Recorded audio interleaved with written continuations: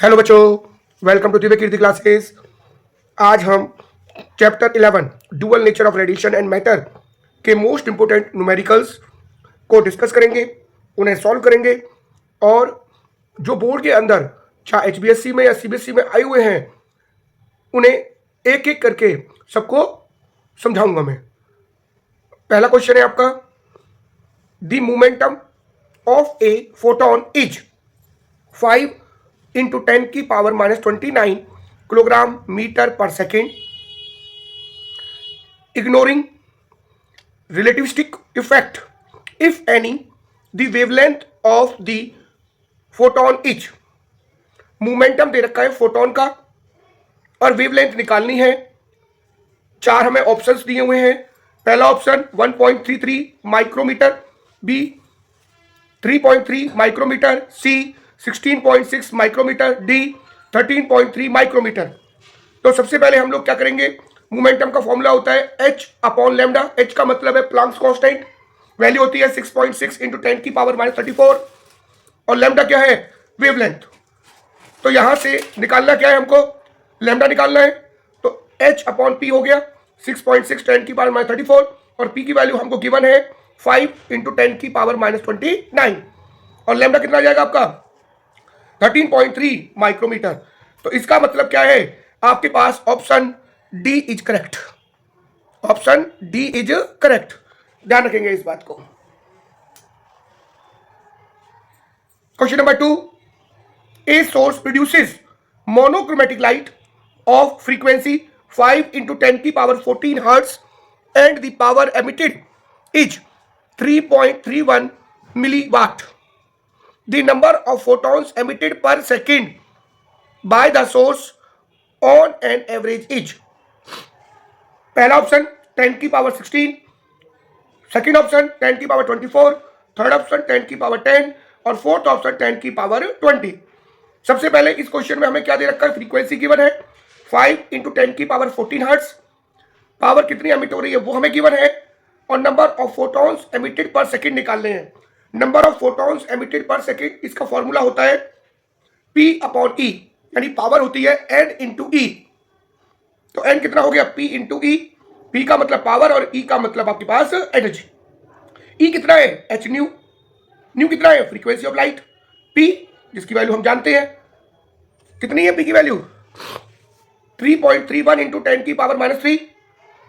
h की value जानते हैं 6.6 इंटू 10 की पावर -34 इंटू 5 इंटू 10 की पावर 14। सॉल्व करेंगे तो कितना आएगा, 10 की पावर 16। इसका मतलब ऑप्शन ए इज करेक्ट, ध्यान रखेंगे इस बात को। Question number 3, the momentum in kilogram metre per second of a photon of frequency 6 into 10 की power 14 hertz. Option number A 6.63 10 की पावर -25, ऑप्शन बी 1.326 10 की पावर -27, सी 2.652 10 की पावर -26 एंड डी 3.978 इंटू 10 की power -24।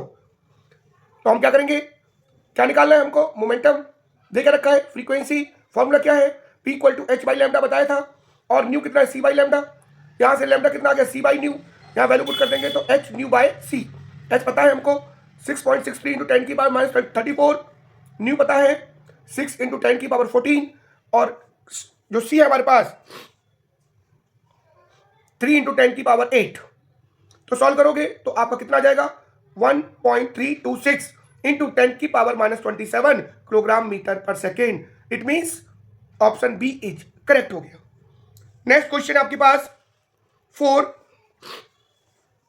A laser beam of frequency 3 into 10 की power 14 hertz produces average power of 9 milliwatt. Find number 1 the energy of photon of the beam and second and number of photons emitted per second on the average by the source। क्या कह रहा है हमको, frequency हमको given है, power हमको given है, क्या पूछा है, एनर्जी पूछा है। आराम से निकाल सकते हैं हम लोग एनर्जी निकालने का formula E equal to h nu. h हमको गिवन है, न्यू हमको दिया हुआ है, हम आसानी से फाइंड आउट कर सकते हैं। And number of photons emitted per second, पीछे क्वेश्चन में हमने number of photon emitted per second आपको निकालना सिखाया था। E equal to P upon E। P हमें गिवन है, E हमें गिवन है, आसानी से इस क्वेश्चन को फाइंड आउट किया जा सकता है।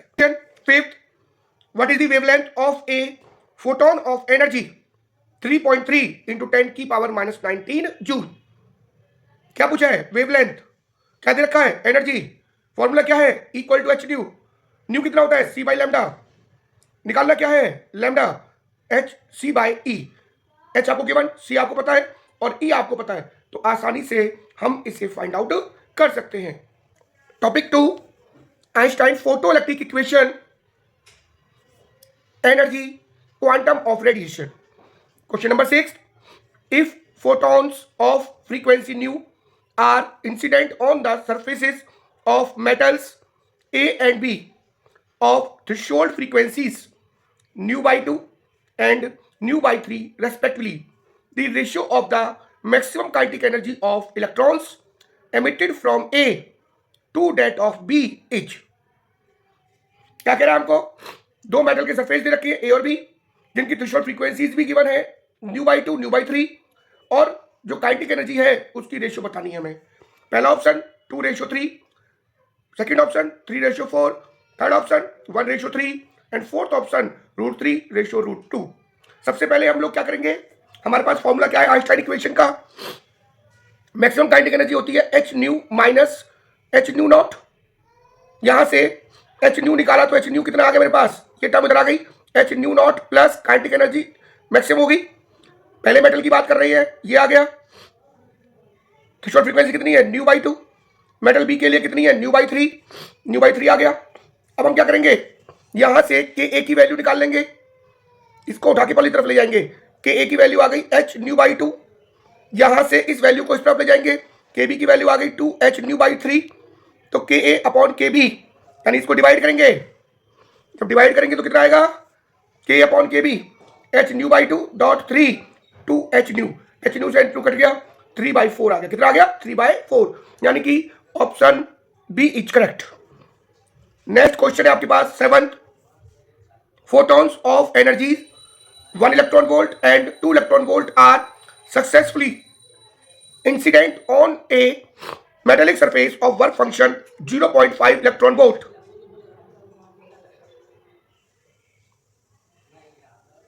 The ratio of kinetic energy of most energetic photoelectrons in the two cases will be, पहला option 1:2, second option 1:1, third option 1:3 और फोर्थ ऑप्शन 1:4। क्या कह रहा है? फोटॉन्स की एनर्जी हमको गिवन है, वर्क फंक्शन भी हमको गिवन है और काइनेटिक एनर्जी की रेशियो बतानी है। जैसे क्वेश्चन मैंने आपको 6 बताया था, सेम एज क्वेश्चन नंबर 7 है। आसानी से आप इसे कर सकते हैं। Question number 8, the radiations of two frequencies are incident on a metal surface of work function 2 electron volt 1 by 1. The energies of their photons are 2.5 electron volt and 4.5 electron volt respectively. Find the ratio of maximum speed of the electrons emitted in the two cases.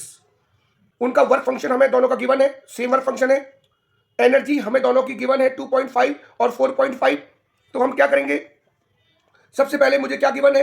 Work function given है 2 electron volt, दो energy given है। पहली energy आपकी 2.5 electron volt और second आपके पास है 4.5 electron volt. Kinetic energy का फॉर्मूला होता है H nu minus W naught. Kinetic energy को बोलते हैं half of M V square. तो यहाँ पहले की बात कर रहे हैं तो v1 का स्क्वायर आ गया। कितना है आपके पास? एच न्यू की वैल्यू कितनी है? ये आपके पास है 2.5 और इसकी वैल्यू कितनी है? आपकी 2.5 आ गया। जब सेकंड उसकी निकालूंगा एलिमेंट के लिए तो कितना आएगा मेरे पास? 4.5 माइनस 2 यानी 2.5।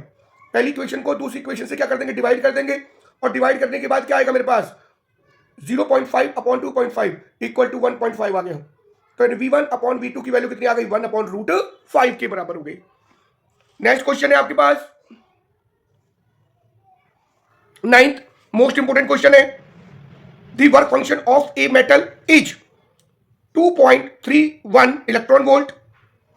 The photoelectric emission occurs when the light of frequency 6.4 into 10 to the power 14 hertz is incident on the metal surface.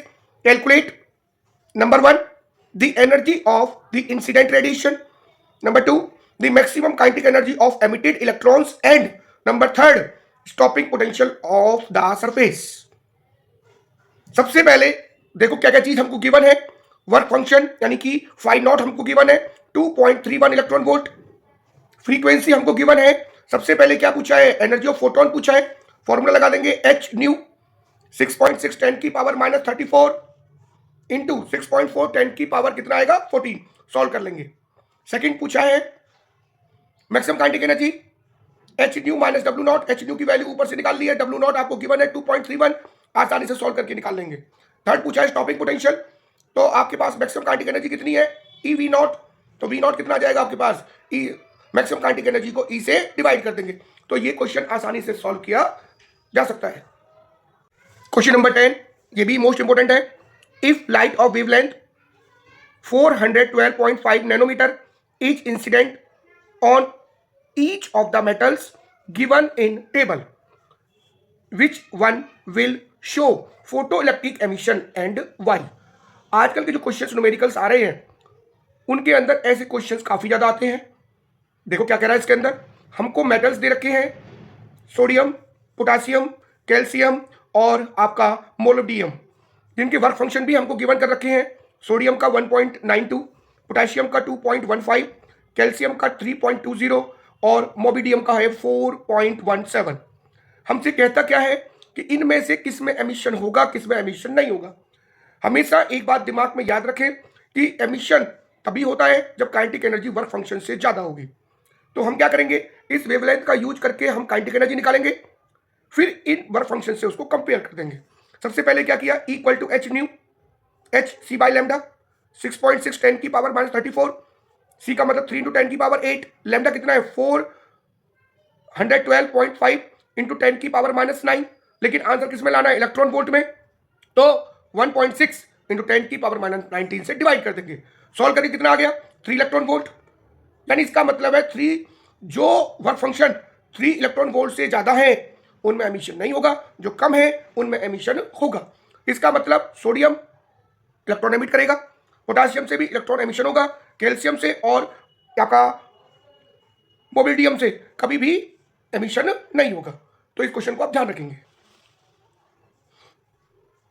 Question number 11, the maximum kinetic energy of the photoelectrons emitted is doubled when the wavelength of light incident on the photosensitive surface changes from λ1 to λ2। Deduce expression for the threshold wavelength and work function for metal surface in terms of λ1 and λ2।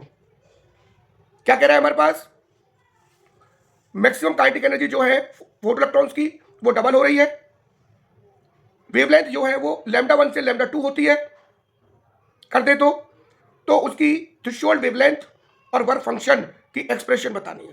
अच्छा question है। पहले case में हम लोग क्या करेंगे, H new bracket में 1/λ1 minus 1/λ0। λ0 का मतलब है आपके पास थ्रेशोल्ड वेवलेंथ और किसके बराबर है मैक्सिमम काइनेटिक एनर्जी। कौन सी एक्सप्रेशन लग रही है, इसको आइंस्टाइन फोटो इलेक्ट्रिक इक्वेशन कहते हैं। केस 2 में क्या कर दिया, मैक्सिमम काइनेटिक एनर्जी डबल हो गई, कितनी आ गई आपकी 2k, वेवलेंथ λ1 से λ2 हो गई। तो इसको जब सॉल्व करेंगे, आप करेंगे सॉल्व, तो यहां से λ0 यानी कि थ्रेशोल्ड वेवलेंथ आपकी कितनी आ जाएगी λ1 λ2 अपॉन 2 λ2 माइनस λ1। और अगर हम निकालेंगे work function H nu naught H C by λ0 की वैल्यू ऊपर वाली रख देंगे और सॉल्व करके इस क्वेश्चन का आंसर फाइंड आउट कर लेंगे।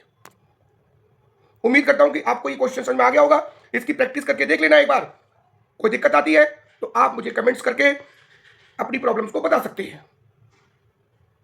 Question number 12, the work function for a photo sensitive surface is 3.315 electron volt.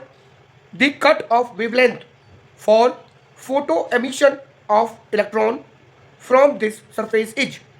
हमें क्या गिवन है, वर्क फंक्शन गिवन है, निकालना क्या है cut off wavelength. Cut off wavelength का दूसरा नाम है थ्रेशोल्ड वेवलेंथ। कौन कौन से ऑप्शन है, option A 150 nanometre, option B 200 nanometre, C option 375 nanometre और डी 500 नैनोमीटर। सबसे पहले क्या करेंगे हम, फाई नॉट किसके बराबर होता है एच न्यू नॉट के, कितना आ गया एच सी बाई λ0, λ0 कितना आएगा H C by phi naught, H की वैल्यू 6.6 10 की पावर -34, सी 3 इंटू 10 की पावर 8 और फाई नॉट जिसकी वैल्यू हमको गिवन है ये रही 3.315 इंटू इलेक्ट्रॉन वोल्ट को चेंज करेंगे 1.6 इंटू 10 की पावर माइनस 19, तो कितना आएगा 3.75 10 की पावर माइनस 7। हम किस में ला रहे हैं इसको, नैनो में, तो आपके पास 2 पॉइंट हम इसको पीछे खिसका देंगे, 375 नैनोमीटर के बराबर हो जाएगा। Question number 13, photon of energy 3.2 electron volt are incident on a photon sensitive surface if the stopping potential for the emitted electrons is 1.5 volt, the work function for the surface is, first option 1.5 electron volt, second option 1.7 electron volt, third option 3.2 electron volt और fourth option 4.7 electron volt. क्या दे रखा है हमको, energy हमको given है, stopping potential हमको given है, और निकालना क्या है, वर्क फंक्शन। आइंस्टाइन इक्वेशन क्या कहती है हमसे, maximum kinetic energy equal to H nu minus में डब्ल्यू नॉट। डब्ल्यू नॉट कितना आ गया, एच न्यू माइनस में काइनेटिक एनर्जी, एच न्यू आपको गिवन है, ये रही, और ई वी नॉट, तो वी नॉट गिवन है, ई से मल्टीप्लाई कर दो, तो ये भी कितना आ गया 1.5 इलेक्ट्रॉन वोल्ट, माइनस करोगे तो इसको करने बाद कितना आ जाएगा 1.7 इलेक्ट्रॉन वोल्ट के बराबर होगा। Means option B is correct. Topic 4, wave nature of matter. Question 14, the de Broglie wavelength associated with an electron moving with energy 5 electron volt is, पहला option 0.75 nanometre, second option 1.2 nanometre, third option 2.4 nanometre और fourth option 0.55 nanometre. क्या कह रहा है हमसे, D Broglie wavelength निकालनी है जिसकी एनर्जी हमको 5 इलेक्ट्रॉन वोल्ट गिवन है।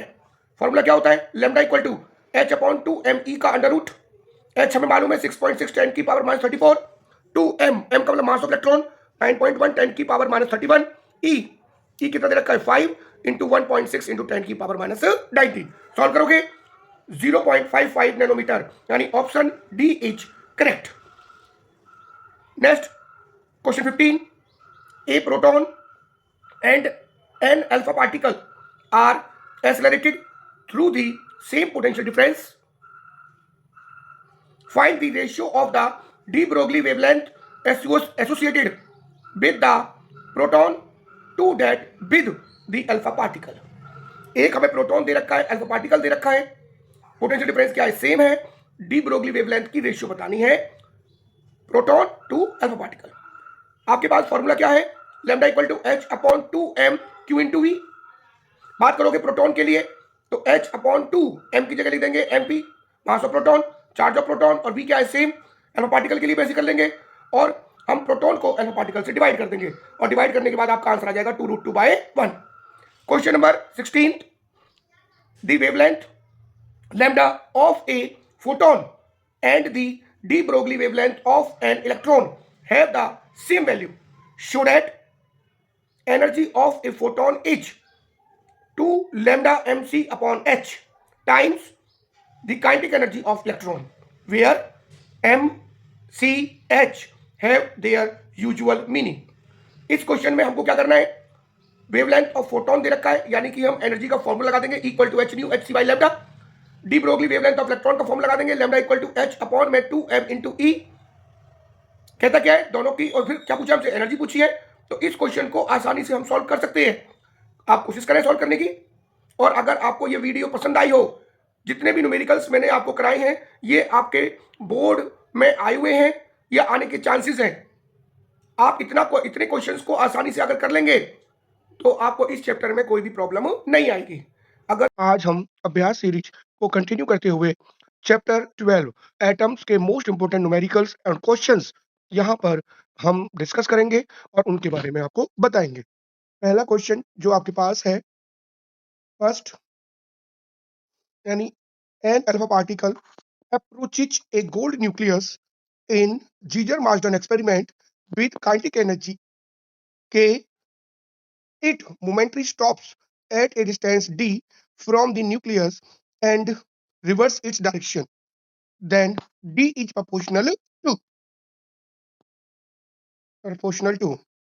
तो आप लोगों से क्या कह रहा है ये कि हमें एक अल्फा पार्टिकल दे रखा है, वो गोल्ड न्यूक्लियस की तरफ जा रहा है जीजर और मार्सडन एक्सपेरिमेंट में। रदरफोर्ड मॉडल ऑफ एटम्स और जीजर मार्सडन एक्सपेरिमेंट एक ही बात है, रदरफोर्ड के ही कुलीग थे जीजर और मार्सडन। जिसकी काइनेटिक एनर्जी आपको k दे रखी है और पार्टिकल आपका क्या होता है मोमेंटरी स्टॉप हो जाता है कितनी डिस्टेंस के बाद d डिस्टेंस के बाद और रिवर्स इट्स डायरेक्शन अपने वापस डिस्टेंस में वापस चला जाता है उसे आप डिस्टेंस ऑफ क्लोजेस्ट अप्रोच कहते हो। तो उस d की वैल्यू बताएं d क्या होती है। तो इसके लिए आप लोग ध्यान रखेंगे आपके पास 4 ऑप्शन दे रखे हैं। पहला ऑप्शन है आपके पास 1/√k, सेकंड ऑप्शन है √k, थर्ड ऑप्शन है 1/k और फोर्थ ऑप्शन है 1/k स्क्वायर। तो हम सबसे पहले क्या करेंगे, हम चेक करिए हमारे पास डिस्टेंस ऑफ क्लोज्ड अप्रोच का फॉर्मूला क्या है। हमारे पास फॉर्मूला होता है kinetic energy equal to electrostatic potential energy और इलेक्ट्रोस्टैटिक पोटेंशियल एनर्जी कितनी होगी 2z e स्क्वायर अपॉन में 4 pi epsilon naught into d। d की वैल्यू कितनी हो जाएगी 2z e स्क्वायर अपॉन में 4 pi epsilon naught into k। इसका मतलब d क्या हो गया, इनवर्सली प्रोपोर्शनल हो गया किसके, k के, यानी d inversely proportional to k। तो हमारा कौन सा ऑप्शन करेक्ट हो गया, option C is correct answer.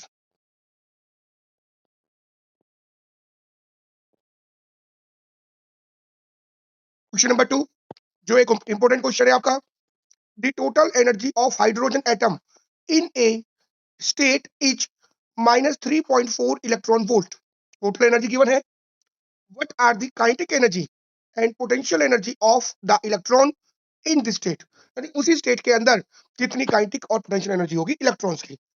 इसमें एक बात ध्यान रखेंगे, आप कभी नहीं भूलेंगे कि काइनेटिक एनर्जी जो होती है वो माइनस ऑफ टोटल एनर्जी होती है और पोटेंशियल एनर्जी की जो रिलेशन है वो 2 टाइम्स ऑफ टोटल एनर्जी के बराबर होती है।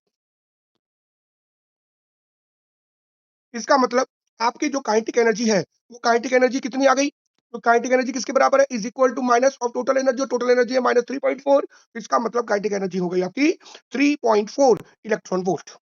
बात करेंगे अगर पोटेंशियल एनर्जी की, तो पोटेंशियल एनर्जी कितनी हो गई आपकी 2 times of total energy. Total energy कितनी है आपकी -3.4 इलेक्ट्रॉन वोल्ट। इसका मतलब कितना आ गया, -6.8 इलेक्ट्रॉन वोल्ट के बराबर हो जाएगा। Question number 3, the total energy of hydrogen atom in an orbit is -1.51 electron volt. What are kinetic energy and potential energy of the electron in this orbit? Answer या हिंट देखो इसका, same question second है, उसके अंदर भी total energy given थी, kinetic energy और potential energy orbit की पूछी हुई थी, इलेक्ट्रॉन की इन दिस ऑर्बिट। तो यानी इसके लिए वही formula, kinetic energy equal to minus sign of total energy, potential energy equal to 2 times of total energy. बड़े आसानी से फाइंड आउट कर सकते हो। काइनेटिक एनर्जी कितनी निकल के आएगी 1.51 इलेक्ट्रॉन वोल्ट। अगर पोटेंशियल एनर्जी निकालना चाहते हो तो कितनी आएगी 2 इंटू में -1.51 इलेक्ट्रॉन वोल्ट। आसानी से इसको हम सॉल्व कर पाएंगे। Question number 4, Geiger Marsden experiment, find the distance of closest approach to the gold nucleus. Atomic number कितना है गोल्ड का 79 of a 7.7 mega electron volt alpha particle before it comes momentary to rest and reverse its direction। यानी हमें एक जीजर Marsden experiment दे रखा है, distance of closest approach जिसको हम आर नॉट से भी लिख देते हैं, डी से भी लिख देते हैं, जिससे भी आप देना चाहे उससे आप डिनोट कर सकते हो। Find the distance of closest approach of the gold nucleus, जिसका एटॉमिक नंबर आपको गिवन है और आपके पास हमें काइनेटिक एनर्जी भी दे रखी है 7.7 मेगा इलेक्ट्रॉन वोल्ट। और क्या निकालना है, distance of closest approach. Kinetic energy कितनी दे रखी है मुझे 7.7 मेगा इलेक्ट्रॉन वोल्ट।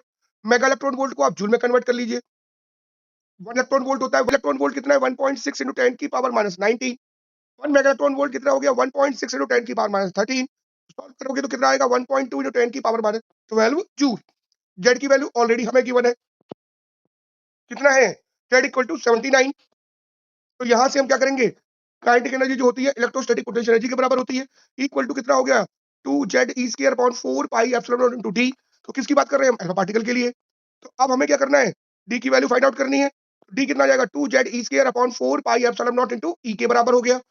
2z की वैल्यू 79, e की वैल्यू है 1.6 into 10 की पावर -19 का whole square, 1 upon 4 pi epsilon naught 9 into 10 की पावर 9 अपॉन में e 1.2 into 10 की पावर -12। सॉल्व करेंगे कितना आ जाएगा 3.03 into 10 की पावर 14 मीटर। आसानी से इसको फाइंड आउट कर पाएंगे। क्वेश्चन नंबर 5, ध्यान रखेंगे, in a head on collision between an alpha particle and a gold nucleus, the minimum distance of approach is इतना 3 into 10 की power -14 metre. Calculate the energy in mega electron volt of the alpha particle। Same question आपका fourth है, head on collision दे रखा है alpha particle और gold nucleus के बीच में, मिनिमम डिस्टेंस आपको गिवन है, यानी डी बोल दो या आर नॉट बोल दो, वो आपको गिवन है 3 × 10 की पावर -14 मीटर। और हमें क्या निकालना है, इसमें एनर्जी निकालनी है, मींस काइनेटिक एनर्जी। आसानी से आप फाइंड आउट कर सकते हैं, एक बार करके देख लेना, ना निकले तो आप मुझे कमेंट्स में पूछ सकते हैं। क्वेश्चन नंबर 6 देखिए, in Geiger Marsden experiment calculate the distance of closest approach for an alpha particle with energy 2.56 into 10 की power -12 joule. Consider that the alpha particle approaches gold nucleus z equal to 79 in head-on position। ये भी question fourth और fifth जैसा ही है। देखो, कई कई question board के एग्जाम में बार बार आ रहे हैं यहाँ के, तो इसको अच्छी तरह से आप लोग तैयार कर लेंगे। इस क्वेश्चन के अंदर आपके पास क्या है, डिस्टेंस ऑफ क्लोजेस्ट अप्रोच आपको निकालनी है, एनर्जी यानी काइनेटिक एनर्जी 2.56 10 की पावर -12 जूल दे रखी है, और जेड की वैल्यू यानी atomic number Z equal to 79 दे रखा है। आसानी से आप फाइंड आउट कर सकते हो, equal to 2z(e²/4πε0 into r0। r0 यानी डिस्टेंस ऑफ क्लोजेस्ट अप्रोच, तो r0 कितना आ गया 2z(e²/4πε0 into e के बराबर होगा। आप आसानी से इसको सॉल्व कर लेंगे और क्वेश्चन को निकाल लेंगे।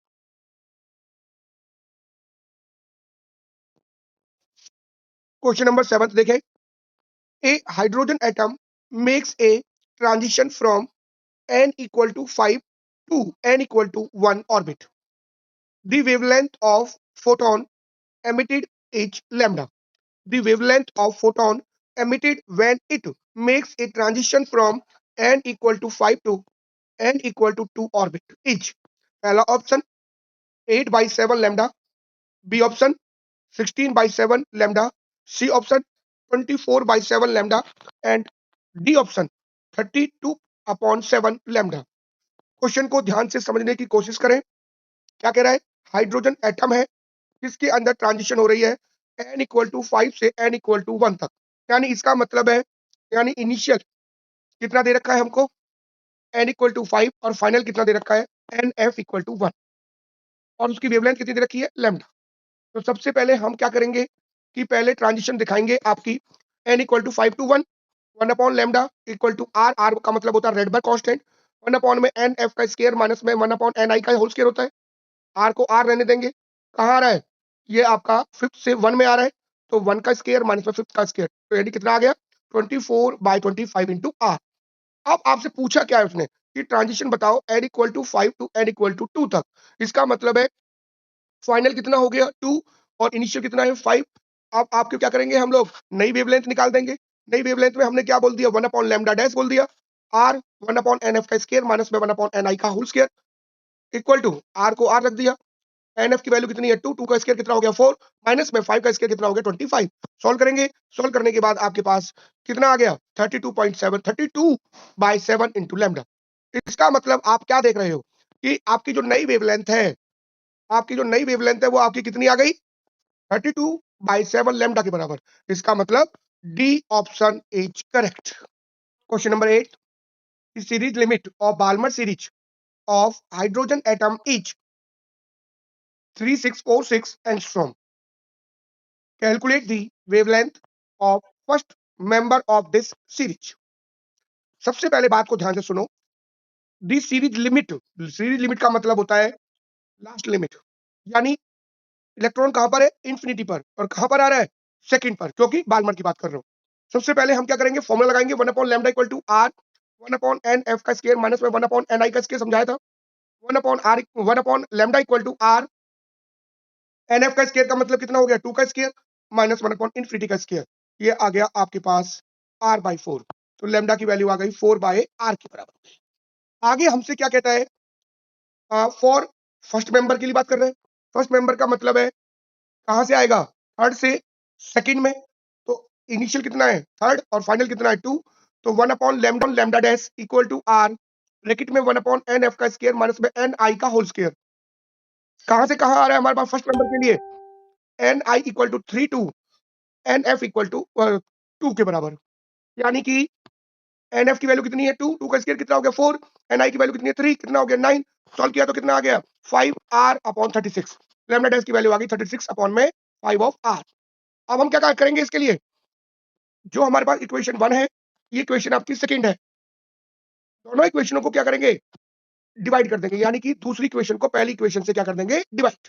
जब डिवाइड करेंगे तो आप ध्यान से देखो, लैम्डा डैश अपॉन लैम्डा कितना है आपका 36 upon 5r into r upon 4। r से r कट गया, 4 से 36 9 बाय कट गया, 9 बाय 5 आ गया। तो लैम्डा डैश की वैल्यू कितनी आ गई, line 9 by 5 into lambda. Lambda की वैल्यू कितनी है 36 46 एंगस्ट्रॉम। सॉल्व करोगे तो आपके पास लैम्डा डैश की वैल्यू कितनी आ जाएगी 65 62.8 एंगस्ट्रॉम, यानी 6562.8 एंगस्ट्रॉम के बराबर होगी। इस बात को आसानी से ध्यान रखेंगे। Question number 9, calculate the frequency of the photon which can excite the electron from minus 13.6 electron volt to minus 1.5 electron volt। क्या कह रहा है, फोटोन की फ्रीक्वेंसी बतानी है जब इलेक्ट्रॉन एक्साइट होके इनिशियल से फाइनल में चला जाता है। इनिशियल कितना है -13.6 इलेक्ट्रॉन वोल्ट और फाइनल कितना है -1.5 इलेक्ट्रॉन वोल्ट। हम नील बोहर का थर्ड पोस्टुलेट जानते हैं, वो क्या होता है, the energy radiate only when electron jump from higher energy orbit to lower energy orbit, यानी H nu equal to E2 minus E1। E2 कितना है -1.5 और E1 कितना है -13.6। सॉल्व करके एच न्यू की वैल्यू आ गई, तो आपके पास एच न्यू की वैल्यू कितनी आ गई 12.09 इलेक्ट्रॉन वोल्ट। न्यू की वैल्यू 12.09 इलेक्ट्रॉन वोल्ट का मतलब है 1.6 इंटू 10 की पावर -90। एच से डिवाइड कर दो 6.6 इंटू 10 की पावर -34, तो न्यू की वैल्यू कितनी आ गई 2.9 इंटू 10 की पावर 15 हर्ट्ज के बराबर हो जाएगा। आसानी से कर पाएंगे इसको। क्वेश्चन नंबर 10, यानी the diagram show 4 energy level of an electron in Bohr model of hydrogen atom. Identify the transition in which emitted photon will have highest energy। आपके पास ये नंबर, ये क्या दे रखी है हमको, ऑर्बिट्स दे रखी है, n equal to 1, n equal to 3, n 2, n equal to 3, n equal to 4। यानी कि फर्स्ट की ट्रांजिशन देखो दिखाई दे रही है आपको, फर्स्ट थर्ड से फर्स्ट में, सेकंड फोर्थ से थर्ड में, थर्ड सेकंड से फर्स्ट में, और फोर्थ थर्ड से सेकंड में। तो क्या कह रहा है, option A 1, option B second, option C third, option D fourth. कहता है कि इन चारों में से किसकी हाईएस्ट एनर्जी होगी। इसके लिए हम सबसे पहले क्या करेंगे, एक एक करके इसकी वैल्यू को फाइंड आउट करेंगे। जैसे हमारे पास जो फॉर्मूला होता है वो क्या होता है, 1 upon lambda equal to R, 1 upon N F का स्क्वायर माइनस में 1 अपॉन एन आई का स्क्वायर। जब फर्स्ट ट्रांजिशन की बात करेंगे तो 1 upon lambda 1 equal to R, 1 upon कितना आ गया, कहाँ आ रहा है, थर्ड से फर्स्ट में, 1 अपॉन 1 का स्क्वायर माइनस में 1 अपॉन 3 का स्क्वायर, कितना आएगा सॉल्व करके 8 अपॉन 9 ऑफ आर, यानी 0.88 आर। सेकंड ट्रांजिशन की बात करेंगे, सेकंड का है आपकी फोर्थ से थर्ड में, 1 अपॉन लैम्डा 2 आर, कितना आ गया 1 upon 9 minus 1 upon 16, 7 R upon 144, solve करके कितना आ गया 0.048 ऑफ आर। थर्ड ट्रांजिशन देखेंगे, 1 upon lambda 3 equal to R, 1 upon 1 का स्क्वायर माइनस 1 अपॉन में 4, 3/4 ऑफ आर, 0.75 ऑफ आर। और फोर्थ और लास्ट ट्रांजिशन कितनी है आपके पास, तीसरे से दूसरे में, तो 1 upon lambda 4 equal to R, 1 upon 4 minus 1 upon 9, यानी 5 आर अपॉन 36, 0.0139 आर। आप चारों की चारों ट्रांजिशन में देख लो सबसे ज्यादा वेवलेंथ किसकी है, और सबसे ज्यादा वेवलेंथ मुझे किसकी लग रही है, पहले की। और हम जानते हैं एनर्जी जो होती है इनवर्सली प्रोपोर्शनल टू लैम्डा है। Energy is highest for first transition, ध्यान रखना, energy is highest for first transition. Question number 11 देखें, दी figure shows the energy level diagram of hydrogen atom with few transitions, which transition show the emission of photon with maximum energy। Same question आपका 10th question जैसा है। आपके पास 5 orbit दे रखी हैं जिनकी transition क्या दे रखी है, पहले की फोर्थ से फर्स्ट में, सेकंड ट्रांजिशन थर्ड से सेकंड, थर्ड ट्रांजिशन फिफ्थ से सेकंड, और फोर्थ ट्रांजिशन फोर्थ से थर्ड। बिल्कुल सेम क्वेश्चन नंबर 10th की तरह हम पहले एक की वेवलेंथ, फिर दूसरे की, तीसरे की, चौथे की निकाल लेंगे। वेवलेंथ को फिर हम एनर्जी के साथ कंपेयर करेंगे। हम जानते हैं energy inversely proportional to 1 upon lambda होती है। इसका मतलब क्या हो गया कि जिसकी 1 अपॉन लैम्ब्डा ज्यादा होगा, उसकी एनर्जी भी मैक्सिमम होगी। आसानी से आप फाइंड आउट कर सकते हैं। क्वेश्चन नंबर 12 देखेंगे आप। A hydrogen atom initially in the ground level absorbs a photon which excites it to the n equal to 4 level. Determine the wavelength and frequency of photon. एक hydrogen atom दे रखा है जिसमें क्या कह रहा है, initially in the ground level absorb a photon, photon absorb होता है और वो एक्साइट होके n इक्वल टू 4 लेवल तक जाता है। तो उसकी वेवलेंथ बताओ और उसकी फ्रीक्वेंसी बताओ। कहाँ जाता है? ग्राउंड लेवल, यानी n इक्वल टू 1 से n इक्वल टू 4 तक जाता है। तो हम क्या करेंगे, फॉर्मूला लगा देंगे 1 upon lambda equal to r 1 upon n f का स्क्वायर माइनस में 1 अपॉन n i का स्क्वायर। r जो होता है रेडबर्ग कांस्टेंट बताया मैंने, जिसकी वैल्यू होती है 1.097 10 की पावर 7, ब्रैकेट में 1 अपॉन 1 का स्क्वायर माइनस में 1 अपॉन 4 का स्क्वायर। लैम्डा की वैल्यू आ गई 9.7 इंटू 10 की पावर माइनस 8 मीटर। फ्रीक्वेंसी निकालेंगे nu equal to C by lambda. C कितना है 3 इंटू 10 की पावर 8, लैम्डा कितना 9.7 इंटू 10 की पावर माइनस 8। सॉल्व कर लोगे कितना जाएगा 3.1 इंटू 10 की पावर 15 हर्ट्ज के बराबर होगा। आज हम अभ्यास सीरीज को कंटिन्यू करते हुए चैप्टर 13 न्यूक्लियाई के मोस्ट इंपोर्टेंट न्यूमेरिकल्स करेंगे, जिसका पहला न्यूमेरिकल हमारा है first, the ratio of nuclear densities of two nuclei having mass numbers 64 and 125 each. सबसे पहले मेरी बात को ध्यान रखें, हमसे क्या कह रहा है, निकालना क्या है, न्यूक्लियर डेंसिटी। न्यूक्लियर डेंसिटी क्या होती है, जो मास नंबर के इंडिपेंडेंट होती है, मास नंबर पे डिपेंड नहीं करती। ऑप्शन कौन कौन से दे रखी है, पहला ऑप्शन है 64 by 125, B option 4 upon 5, C option 5 by 4, D option यानी 1। तो आपका आंसर आप खुद ही देख सकते हैं क्या होगा आपका 1:1 यानी 1, because nuclear density independent of mass number. आपको ये समझ में आ गया होगा।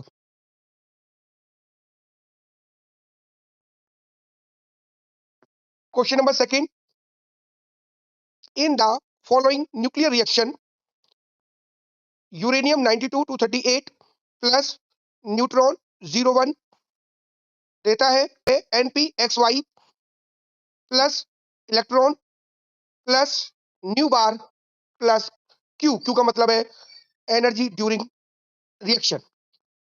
The values of X and Y are. आप ये आपको पास एक एलिमेंट दे रखा है जिसके ना तो हमें एटॉमिक नंबर पता है ना हमें इसका मास नंबर पता है। एटॉमिक नंबर को किससे डिनोट कर रहा है, X से, और मास नंबर को डिनोट कर रहा है Y से। तो हमें ये X और Y की वैल्यू फाइंड आउट करनी है। ऑप्शन हमें दे रखे हैं, ए ऑप्शन X की वैल्यू 92, Y की वैल्यू 238, बी X की वैल्यू 92, Y की वैल्यू 239, सी X की वैल्यू 93, कॉमा और Y की वैल्यू हमको जो दे रखी है 39, और डी दे रखी है हमको X की वैल्यू 93 एंड Y की वैल्यू 238। तो कौन सा ऑप्शन इनमें से करेक्ट होगा? पहले हम एटॉमिक नंबर्स को देखेंगे, फिर इनके मास नंबर्स को देखेंगे। एटॉमिक नंबर को जब देखेंगे तो देखो 92 प्लस 0 इक्वल टू यहाँ कितना x, और यहाँ क्या है इलेक्ट्रॉन का -1, तो कितना बन जाएगा आपका 93। और जब मास नंबर को देखेंगे 238 plus 1 equal to y plus 0, कितना आ गया 239। इसका मतलब कौन सा option, C option is correct. आप ध्यान से देख सकते हैं।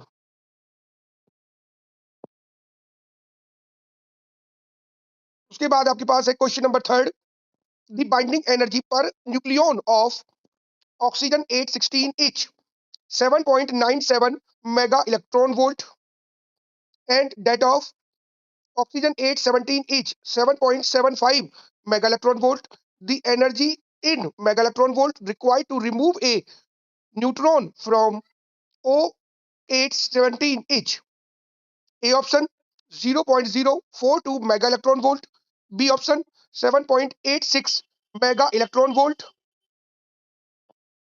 सी ऑप्शन 4.23 मेगा इलेक्ट्रॉन वोल्ट, और D option 3.64 mega electron volt. यानी ऑक्सीजन 816 की बाइंडिंग एनर्जी हमको गिवन है, ऑक्सीजन 817 की बाइंडिंग एनर्जी भी हमको गिवन है। वो कह रहा है कि न्यूट्रॉन को निकालने में कितनी एनर्जी लगी की जरूरत पड़ेगी वो हमें बतानी है। ऑक्सीजन O17 देता है ऑक्सीजन O16 प्लस में क्या निकल गया neutron, energy required to remove a neutron from O817। तो क्या करेंगे आप, बाइंडिंग एनर्जी ऑफ O817 में से बाइंडिंग एनर्जी ऑफ O816 को माइनस कर देंगे, यानी E इक्वल टू कितना है इसके अंदर, मास नंबर 17 और एक का कितना है 7.75 माइनस 16 इंटू 7.97, सॉल्व करोगे 4.23 मेगा इलेक्ट्रॉन वोल्ट, यानी इस क्वेश्चन का जो आंसर होगा 4.23 मेगा इलेक्ट्रॉन वोल्ट के बराबर होगा। नेक्स्ट क्वेश्चन है आपके पास,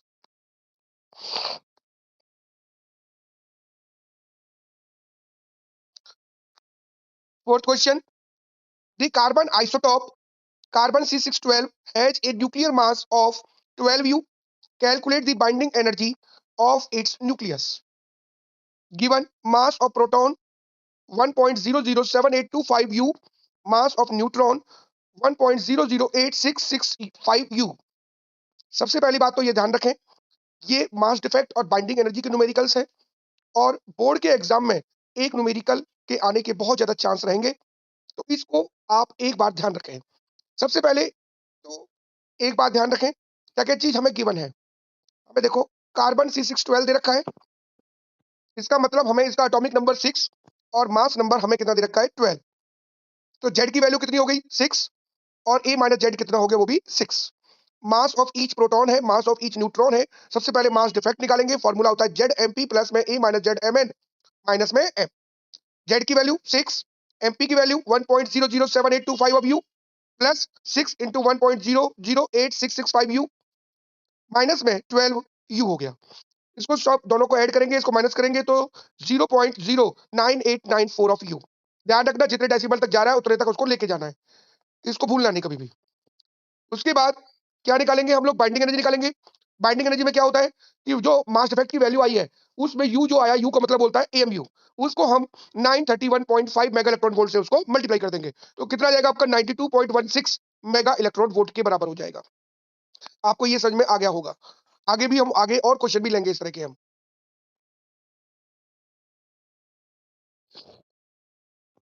क्वेश्चन नंबर 5 देखिए, calculate the energy released oblique absorbed in mega electron volt in the nuclear reaction. पिछली बार हमें एक एलिमेंट दे रखा था, आपके हमें एक इक्वेशन दे रखी है 1h1 प्लस 1h3 देता है 1h2 प्लस 1h2। 1h1 यानी प्रोटॉन हो गया 1.008725 of you, mass of 1h2 दे रखा है 2.014102 of you, mass of 1h3 दे रखा है 3.016049 यू। तो हम इस क्वेश्चन को करेंगे कैसे। सबसे पहले एक बात को ध्यान रखें इस क्वेश्चन के लिए जो बहुत जरूरी है हमारे लिए, जब हम इस इक्वेशन को लिखेंगे तो इस वाले हिस्से को बोलते हैं हम लोग मास ऑफ रिएक्टेंट और इस वाले हिस्से को बोलते हैं मास ऑफ प्रोडक्ट। जब हम मास डिफेक्ट निकालेंगे तो हमेशा मास ऑफ रिएक्टेंट में से मास ऑफ प्रोडक्ट को माइनस करेंगे, चाहे मास ऑफ रिएक्टेंट छोटा हो या बड़ा हो, हमेशा मास ऑफ रिएक्टेंट में से मास ऑफ प्रोडक्ट को ही माइनस करेंगे। और माइनस करने के बाद फिर यू की या एम यू की वैल्यू 931.5 मेगा इलेक्ट्रॉन वोल्ट या जो आपको गिवन होगी वो आप मल्टीप्लाई कर देंगे और वहां से आपकी क्या निकल के आ जाएगी, क्यू वैल्यू निकल के आ जाएगी।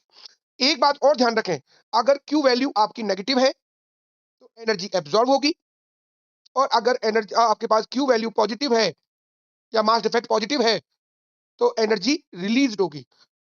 उनको हम एक्सोथर्मिक और एंडोथर्मिक रिएक्शन कहते हैं। ये भी कभी भी आपसे पूछा जा सकता है, तो इस क्वेश्चन में आप लोग यहां पर ध्यान देंगे। हमने क्या किया, क्यू वैल्यू ले ली जिसमें मास of reactant minus mass of product कर दिया, मास ऑफ रिएक्टेंट डाल दिया, मास ऑफ प्रोडक्ट डाल दिया। जब आप इसको सॉल्व करेंगे, जब आप सॉल्व करेंगे तो सॉल्व करने के बाद आपके पास वैल्यू आ जाएगी नेगेटिव 0.00433 यू, यानी क्यू वैल्यू की जो वैल्यू है वो नेगेटिव आई, और नेगेटिव आने का मतलब एनर्जी एब्जॉर्ब होगी ड्यूरिंग द रिएक्शन। और एब्जॉर्ब होगी तो अगर कोई पूछने लगे तुमसे कि ये एनर्जी ये कौन सी रिएक्शन है, एक्सोथर्मिक या एंडोथर्मिक, तो बड़े आसानी से आप बता पाएंगे कि ये एंडोथर्मिक रिएक्शन है।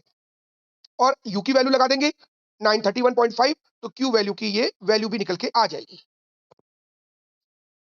नेक्स्ट क्वेश्चन आपका 6th, calculate the energy released in mega electron volt in the following reaction 1h2 plus 1h3 देता है 2He4 प्लस में एक neutron 0 and 1।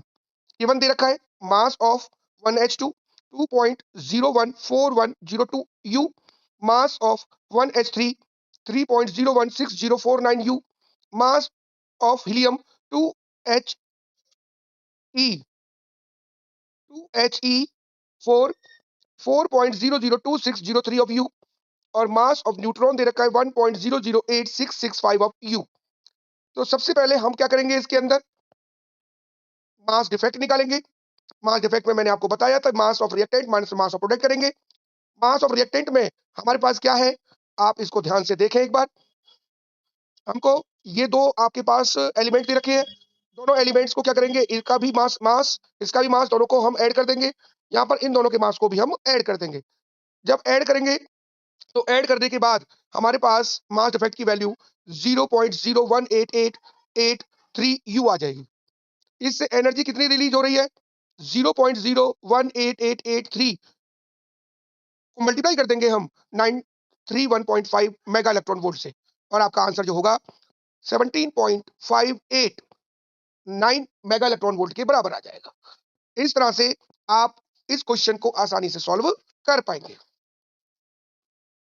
Question number 7, in the nuclear reaction nitrogen 714 plus helium देता है XZA plus में 1H1। X represent पहला option यानी A oxygen 716, B nitrogen 817, C oxygen 817, D nitrogen 716। वही पहले भी करा चुके हैं ऐसे क्वेश्चन। इसमें सारे जितने भी हमें एलिमेंट जो दे रखी, जो इक्वेशन दे रखी है, जो इक्वेशन हमें गिवन है उसके एटॉमिक नंबर और उनके मास नंबर्स देखेंगे। पहले हम एटॉमिक नंबर की बात करते हैं। तो देखो रिएक्टेंट में क्या देख रहे हो, 7 + 2 बराबर है Z + 1, यहां से Z की वैल्यू आ गई 8।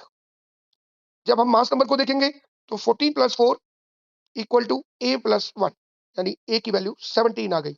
इसका मतलब जो X एलिमेंट है वो क्या है आपका, ऑक्सीजन 817 के बराबर है। तो option C is the correct answer. Question number 8 ध्यान से देखें। Find the Q value of the following nuclear reaction. Carbon C612 plus carbon C612 देता है नियोन 1020 और हीलियम बनाता है। हीलियम का मतलब 2He4।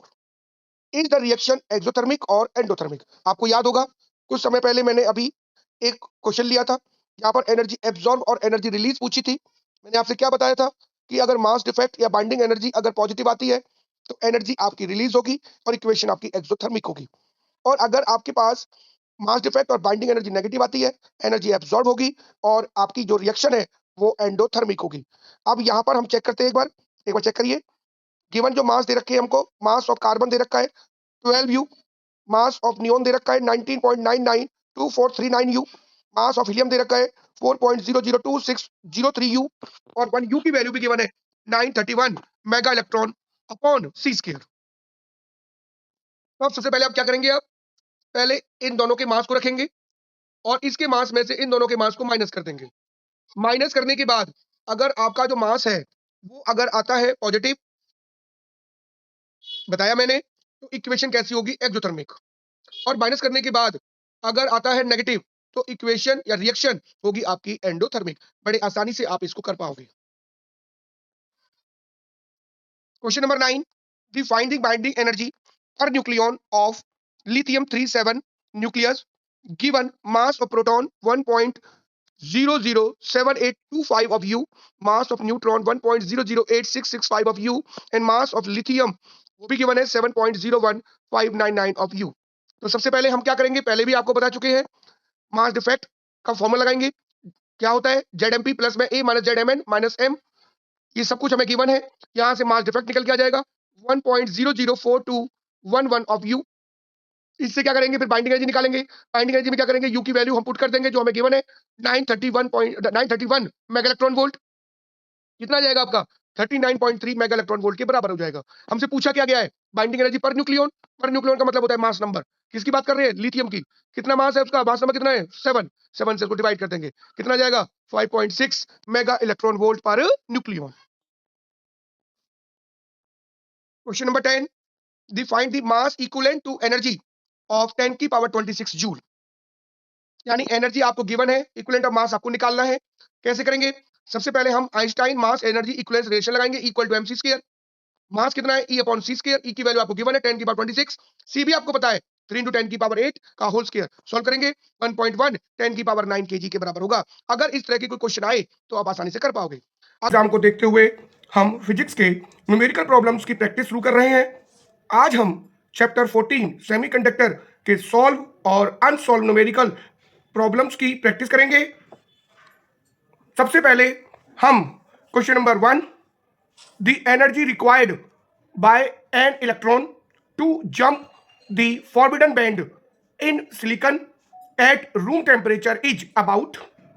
कितनी एनर्जी की जरूरत होगी जब इलेक्ट्रॉन जंप करेगा इन फॉरबिडन बैंड के अंदर? तो उसमें आपके चार ऑप्शन है। पहला option 0.01 electron volt, B option 0.05 electron volt, C option 0.7 electron volt और डी ऑप्शन 1.1 इलेक्ट्रॉन वोल्ट। बात किसकी कर रहे हैं? सिलिकॉन की कर रहे हैं। सिलिकॉन के अंदर एनर्जी गैप कितना होता है? 1.1 इलेक्ट्रॉन वोल्ट और जर्मेनियम में कितना होता है? 0.7 इलेक्ट्रॉन वोल्ट। तो इसका आंसर क्या होगा आपके पास? 1.1 इलेक्ट्रॉन वोल्ट के बराबर होगा। Second question, germanium is doped with a pentavalent element, the energy required to set the additional electron free is about. Same as the first question सा है। पहला option 0.01 electron volt, second option 0.05 electron volt, third option 0.72 electron volt और आपका fourth option 1.1 electron volt. किसकी बात कर रहे हैं? जर्मेनियम की बात कर रहे हैं। और जर्मेनियम के अंदर हमारे पास कितना होगा एनर्जी गैप? 0.72 इलेक्ट्रॉन वोल्ट के बराबर होगा। न्यूमेरिकल थर्ड है, a pure silicon crystal having 5 into 10 की पावर 28 एटम्स पर metre cube is doped with 1 ppm। ppm का मतलब होता है आपके पास part per million. Concentration of antimony, if the concentration of holes in the doped crystal is found to be 4.5 into 10 की power 9 per meter cube, the concentration of intrinsic charge carriers in silicon crystal is about। पहला option 1.2 into 10 की power 15, second option 1.5 into 10 की power 16, third option 3 into 10 की power 15 and fourth option 2 into 10 की power 16। सबसे पहले एक बात ध्यान रखें, एक प्योर सिलिकॉन का क्रिस्टल दे रखा है और जो प्योर सिलिकॉन का क्रिस्टल दे रखा है तो उसकी हमें कंसंट्रेशन कितनी दे रखी है? 5 into 10 की पावर 28 एटम पर मीटर क्यूब। और उसके अंदर हम एंटीमनी मिला देते हैं और कितनी मिला देते हैं? 1 ppm के बराबर। तो सबसे पहले हम क्या करेंगे?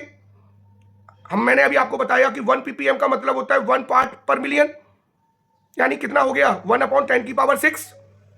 और हमारे पास सिलिकॉन के टोटल एटम्स कितने हैं? 5 into 10 की पावर 28। तो number of doped silicon atom कितने हो गए? 5 into 10 की पावर 28 अपॉन में 10 की पावर 6। तो 5 into 10 की पावर 22 एटम्स के बराबर हो गए। किसके बराबर हो गए? 5 into 10 की पावर 22 एटम्स। तो सबसे पहले हम नंबर ऑफ इलेक्ट्रॉन्स की बात करेंगे, जिसमें हमारे नंबर इलेक्ट्रॉन्स है सिलिकॉन क्रिस्टल के अंदर, वो कितने हैं? 5 into 10 की पावर 22 पर मीटर क्यूब। तो हमने क्या मिलाया था उसके अंदर? हमने एंटीमनी मिलाया था। किसके अंदर? प्योर सिलिकॉन के अंदर। तो क्या बनेंगे आपके? नंबर डेंसिटी ऑफ इलेक्ट्रॉन्स बनेंगे और नंबर डेंसिटी ऑफ होल्स आपको गिवन है 4.5 into 10 की पावर 9 पर मीटर क्यूब। और हमारे पास एक फॉर्मूला है, इसको कहीं भूलना नहीं, Ne.NH इक्वल टू Ni का whole square. Number density of electron and और नंबर डेंसिटी ऑफ होल का जो प्रोडक्ट है वो आपका स्क्वायर ऑफ इंट्रिंसिक सेमीकंडक्टर के बराबर होता है। Ne आपको गिवन है, NH आपको गिवन है, Ni को फाइंड आउट करेंगे तो Ni का whole square equal to 5 into 10 की पावर 22 एंड 4.5 into 10 की पावर 9। तो 22.5 into 10 की पावर कितना आ गया? 31। Ni का स्क्वायर कितना आ गया? एक पॉइंट इसको हमने आगे खिसका दिया, 2.25 into 10 की पावर 32। तो Ni की वैल्यू आ गई 1.5 into 10 की पावर 16 एटम्स पर मीटर क्यूब के बराबर होगा। Question number 4, in an extrinsic semiconductor, extrinsic होता है जिसके अंदर हम प्योर सेमीकंडक्टर में डोपिंग करते हैं, the number density of holes is 4 into 10 की power 20 per meter cube if the number density of intrinsic carriers is 1.2 into 10 की power 15 per meter cube. The number density of electrons in it is, पहला option 1.8 into 10 की power 9 per meter cube. Second option 2.4 into 10 की power 10 per meter cube. C option 3.6 into 10 की power 9 per meter cube. D option 3.2 into 10 की power 10 per meter cube. इस question में ध्यान से देखो, नंबर डेंसिटी ऑफ होल्स यानी कि NH आपको गिवन है, number density of intrinsic semiconductor Ni आपको गिवन है, नंबर डेंसिटी ऑफ इलेक्ट्रॉन यानी Ne आपको निकालना है. फॉर्मूला पहले से आपको मालूम है. क्या करेंगे आप? Ne dot NH equal to Ni का स्क्वायर. Ne कितना हो जाएगा? Ni का स्क्वायर अपॉन में NH. Ni की वैल्यू कितनी है? 1.2 इंटू 10 की पावर 15 का होल स्क्वायर अपॉन में NH की वैल्यू है 4 इंटू 10 की पावर 20. तो सॉल्व करोगे तो कितना जाएगा आपका? 3.6 10 की पावर 9 पर मीटर क्यूब. यानी ऑप्शन कौन सा जाएगा आपका? C option. Next question fifth. A p-type silicon semiconductor is made by doping an average of 1 dopant atom per 5 into 10 की power 7 silicon atoms.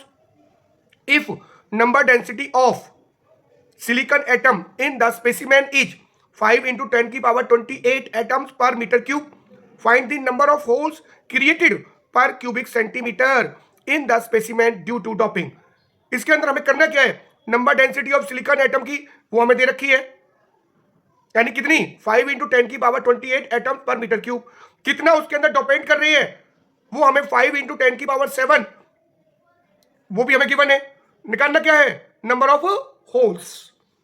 Number of holes निकालने कितने क्रिएट हो रहे हैं. देखो आप इसका सॉल्यूशन देखो. 1 डोपेंट एटम इज प्रेजेंट पर 5 इंटू 10 की पावर 7 सिलिकॉन एटम्स. तो number density of silicon atom कितने हैं हमारे पास? 5 इंटू 10 की पावर 28 एटम्स पर मीटर क्यूब. इसको हम सेंटीमीटर में ले लेते हैं. 5 इंटू 10 की पावर 22 एटम्स पर सेंटीमीटर क्यूब. तो नंबर डेंसिटी ऑफ डोपेंट कितना आ गया? 5 इंटू 10 की पावर 22 बटे में इसमें कितने आपने डोपेंट प्रेजेंट करे हैं उससे क्या कर देंगे? इसको डिवाइड. तो क्या निकल के आ जाएगा? नंबर डेंसिटी ऑफ डोपेंट आ जाएगा 10 की पावर 15 एटम्स पर मीटर क्यूब. क्वेश्चन नंबर 6 देखें. Suppose a pure silicon crystal has 5 into 10 की power 28 atoms per meter cube. If the doped by 1 ppm concentration of boron, हमें एक प्योर सिलिकॉन क्रिस्टल दे रखा है जिसकी कंसेंट्रेशन 5 इंटू 10 की power 28 atoms पर metre cube है. उसके अंदर हम बोरॉन को मिक्स कर देते हैं, डॉप कर देते हैं. Calculate the concentration of holes and electrons given that Ni यानी कि number density of intrinsic semiconductor is 1.5 into 10 की पावर 16 पर मीटर क्यूब. देखो मैंने आपको कई क्वेश्चन आपको बता दिए इसी टाइप के और आपको समझ में भी आ गए होंगे. तो आप इस क्वेश्चन को खुद सॉल्व करने की कोशिश करना कि नंबर डेंसिटी ऑफ होल्स कैसे निकालेंगे और नंबर डेंसिटी ऑफ इलेक्ट्रॉन्स किस तरह से फाइंड आउट करेंगे. क्वेश्चन नंबर 7 देखेंगे. 2 halves of a silicon crystal A and B, ये प्योर सिलिकॉन क्रिस्टल है, are doped with arsenic and boron respectively. A के अंदर आर्सेनिक, बी के अंदर बोरॉन मिला दिया है, forming a p n junction in it. A battery is connected across it as shown in the figure. Number 1, will the junction be forward biased और reverse biased? Give reason.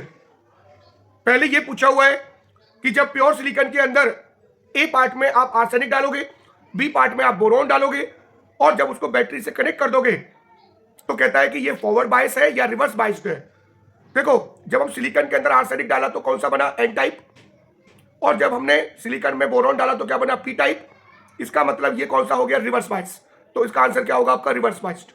अगले question में क्या कह रहा है? Draw VI graph for this arrangement. और हमने ये पढ़ रखा है कि फॉरवर्ड बायस का ग्राफ कैसे बनेगा और रिवर्स बायस का ग्राफ कैसे बनेगा. तो रिवर्स बायस का ग्राफ कैसा होगा? Negative voltage, negative current. Current किसमें होगा? माइक्रो एम्पियर के अंदर. और ग्राफ आपका किस तरह से बनेगा? जैसे कि आपको ये फिगर में दिखा रखा है. ये वो पर्टिकुलर पॉइंट है जहां पर करंट आपका सडनली इंक्रीज कर गया है. इससे आप ब्रेक डाउन वोल्टेज और जीनर वोल्टेज के नाम से जानते हैं। The threshold voltage of A silicon diode is 0.7 volt. It is operated at this point by connecting the diode in series with a battery of V volt and a resistor of 1000 ohm. Find the value of V when the current drawn is 15 milliampere. आप लोगों से क्या कहता है हमसे कि हमें क्या कर रखा है, एक थ्रेशोल्ड, एक सिलिकॉन का डायोड दे रखा है जिसकी थ्रेशोल्ड वोल्टेज का मतलब होता है आपके पास जो हमारे पास पोटेंशियल बैरियर है 0.7 वोल्ट दे रखा है, और इसके अंदर हमें क्या करना है, एक रेजिस्टेंस लगा रखा है। जो रेजिस्टेंस लगा हुआ है वो कितना आपके पास 1000 ओम का है, और करंट कितना ड्रॉन कर रहा है 15 मिली एम्पियर। तो सबसे पहले क्या करेंगे, करंट हमको पता है 15 milli ampere, net voltage 2 voltage हो गई, एक आपकी जो बैटरी के द्वारा वोल्टेज है V, और एक आपकी थ्रेशोल्ड वोल्टेज हो गई। नेट वोल्टेज किसके बराबर हो गई, V इक्वल टू IR, और I की वैल्यू कितनी है आपकी 15 इंटू 10 की पावर -3, R कितना है 1000, तो V की वैल्यू आ गई 14.3 वोल्ट के बराबर होगी। आसानी से इस क्वेश्चन को आप सॉल्व कर लेंगे। क्वेश्चन नंबर 9 देखिए, ये सारे हाफ वेव और फुल वेव रेक्टिफायर के क्वेश्चंस हैं, बार बार एग्जाम के अंदर पूछे जाते हैं। ध्यान से इन क्वेश्चनों को देखेंगे। Question number 9, the output frequency of a full wave rectifier with 50 hertz as input frequency is, यानी कि जब फुल वेव रेक्टिफायर के लिए आउटपुट फ्रीक्वेंसी 50 हर्ट्ज है तो इनपुट कितनी होगी। पहला option 25 hertz, B option 50 hertz, C option 100 hertz, और डी ऑप्शन 200 हर्ट्ज के बराबर हर्ट्ज। तो इसको देखेंगे हम लोग। फुल वेव रेक्टिफायर में क्या होता है, जो आउटपुट फ्रीक्वेंसी होती है वो 2 टाइम्स ऑफ इनपुट फ्रीक्वेंसी होती है, क्योंकि इसमें कंप्लीट साइकिल रेक्टिफाई होती है। तो इसका मतलब आउटपुट साइकिल कितनी है 50, इनपुट कितनी आ गई 25 हर्ट्ज। हमेशा ध्यान रखेंगे इनपुट का हमेशा फुल वेव में क्या होता है, डबल होता है। नेक्स्ट क्वेश्चन है 10th, if the frequency of half wave rectifier is 50 hertz, the frequency of full wave rectifier is, क्या कह रहा है, हाफ वेव के अंदर कितना है 50 हर्ट्ज। हाफ वेव में क्या होता है कि जितना इनपुट दोगे फ्रीक्वेंसी उतना ही आउटपुट मिलेगा, क्योंकि हाफ साइकिल रेक्टिफायर होती है, यानी 50 दोगे तो 50 मिलेगा, लेकिन फुल वेव में क्या मिलेगा, यानी डबल मिलता है। तो इसका आंसर क्या होगा आपके पास, यानी 100 हर्ट्ज के बराबर होगा। यानी इसमें 4 ऑप्शन दे रखे थे, 25 हर्ट्ज, 50 हर्ट्ज, 100 हर्ट्ज, 200 हर्ट्ज। तो आपका आंसर क्या होगा, 100 हर्ट्ज के बराबर होगा।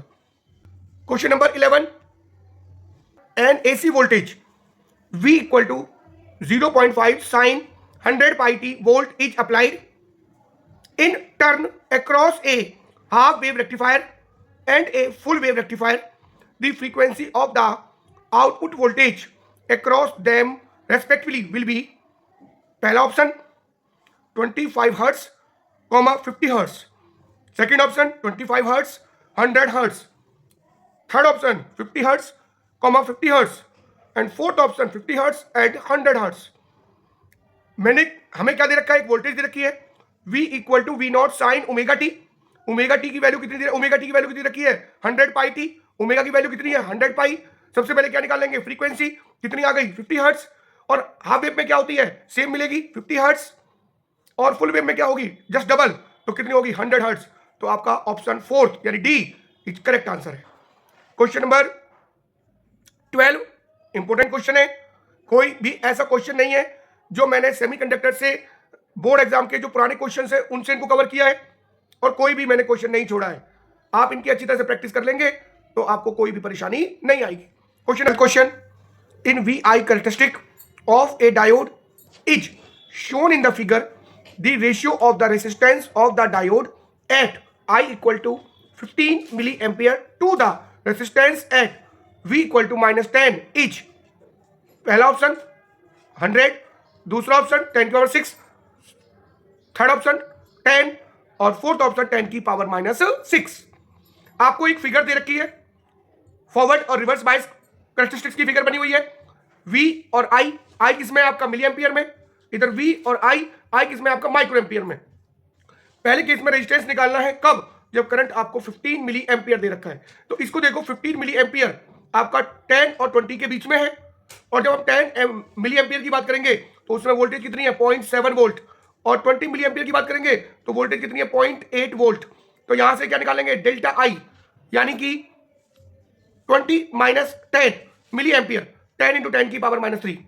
वोल्टेज निकालेंगे 0.8 माइनस 0.7 0.1। यहां से रेजिस्टेंस निकल के आ जाएगा डेल्टा वी बटे डेल्टा आई, और कितना आंसर आ गया 10 ओम। दूसरा बात करेंगे हम -10 वोल्ट के ऊपर, यानी रिवर्स बायस की बात कर रही है। जब -10 वोल्ट है तो कब है वो, जब आपके पास 1 माइक्रो एम्पियर करंट है, यानी करंट कितना है आपके पास -1 माइक्रो एम्पियर। R2 निकालेंगे V अपॉन आई 10 की पावर 7। अगर हम क्या निकालेंगे यहाँ पर रेजिस्टेंस की रेशियो, तो 10 अपॉन 10 की पावर 7 कितना आ गया 10 की पावर -6, यानी option D is the correct answer. Question number 13, in the given figure a diode D is connected to an external resistance R 100 ohm and the EMF of 3.5 volt. If the potential barrier developed across the diode is 0.5 volt, the current in the circuit will be। आपको एक diode दे रखा है, उसका potential barrier 0.5 volt दे रखा है, उसको एक resistance से कनेक्ट करते हैं 100 ओम का, और दोनों को मिला के एक बैटरी से कनेक्ट कर दिया 3.5 वोल्ट। तो हमसे पूछा क्या गया है कि current in the circuit will be, पहला option 40 milli ampere, second option 20 milli ampere, third option 35 milli ampere, और फोर्थ ऑप्शन 30 मिली एम्पियर। तो आप क्या करेंगे, सबसे पहले पोटेंशियल डिफरेंस निकालेंगे अक्रॉस द रेसिस्टेंस। वो कितना होगा कि जो टोटल वोल्टेज है उसमें से पोटेंशियल बैरियर को माइनस कर देंगे, क्योंकि वो अपोजिट है। कितना आ जाएगा मेरे पास 3 वोल्ट, और निकालना क्या है करंट। करंट का फॉर्मूला होता है I = V बटे R। V हमें मालूम है कितना है 3, R कितना है 100, सॉल्व करके निकालेंगे कितना आएगा 30 मिली एम्पियर के बराबर होगा। Question number 14, in the following diagrams indicate which of the diodes are forward biased and which are reversed biased. बहुत इंपॉर्टेंट क्वेश्चन है ये, न्यूमेरिकल है, रीजनिंग क्वेश्चन भी आ जाते हैं, तो इनको बड़े ध्यान से करें आप। देखो आप एक एक करके हम इनको समझाने की कोशिश करते हैं। पहले फिगर 1 को देखो, एक डायोड लगा हुआ है, साथ में 2 बैटरीज लगी हुई हैं, एक आपकी +5 वोल्ट और +7 वोल्ट। पूछ रहा है कि ये फॉरवर्ड बायस है या रिवर्स बायस है। हमेशा एक बात दिमाग में रखो, इन दोनों में पहले ही देखो बड़ा कौन सा है। बड़ा कौन सा है आपका 7 वोल्ट, इसका मतलब इसका पोटेंशियल क्या है हायर है, और ये किससे कनेक्ट है आपका पॉजिटिव से कनेक्ट है। इसका मतलब कौन सी बाइसिंग होगी, पॉजिटिव से पॉजिटिव, फॉरवर्ड बाइसिंग। सेकंड में देखिए आप डायोड लगा हुआ है, पॉजिटिव पार्ट को अर्थ कर दिया है, नेगेटिव पार्ट आपका +2 वोल्ट से लगा हुआ है, यानी कि जो ये आपके पास नेगेटिव पार्ट है यानी कि N है, इससे कनेक्ट है पॉजिटिव से, तो कौन सा हो गया आपका रिवर्स बाइस्ड। फिगर नंबर 3 देखो, डायोड लगा हुआ है, -10 वोल्ट से कनेक्ट, एक तरफ पॉजिटिव और नेगेटिव आपका अर्थ कर रखा है, तो पॉजिटिव को किससे कनेक्ट कर दिया नेगेटिव से, कौन सा बाइसिंग हो गई आपकी रिवर्स बाइस्ड। फिगर 4 को देखो, आपके पास एक डायोड लगा हुआ है, पॉजिटिव आपका -12 वोल्ट से कनेक्ट है और नेगेटिव आपका -5 वोल्ट से कनेक्ट है। इसका मतलब ये आपका पॉजिटिव, ये आपका नेगेटिव, बड़ा कौन सा इनमें -12, ध्यान रखना।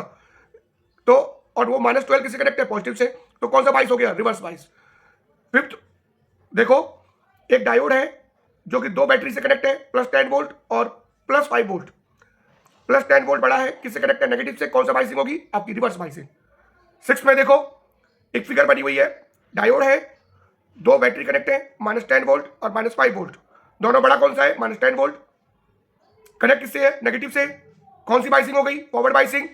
और इस तरह से आप ये सारे न्यूमेरिकल्स आसानी से कर सकते हैं। अगर आपको ये वीडियो पसंद आई हो तो चैनल को लाइक करें, सब्सक्राइब करें और शेयर करें। And thanks for watching.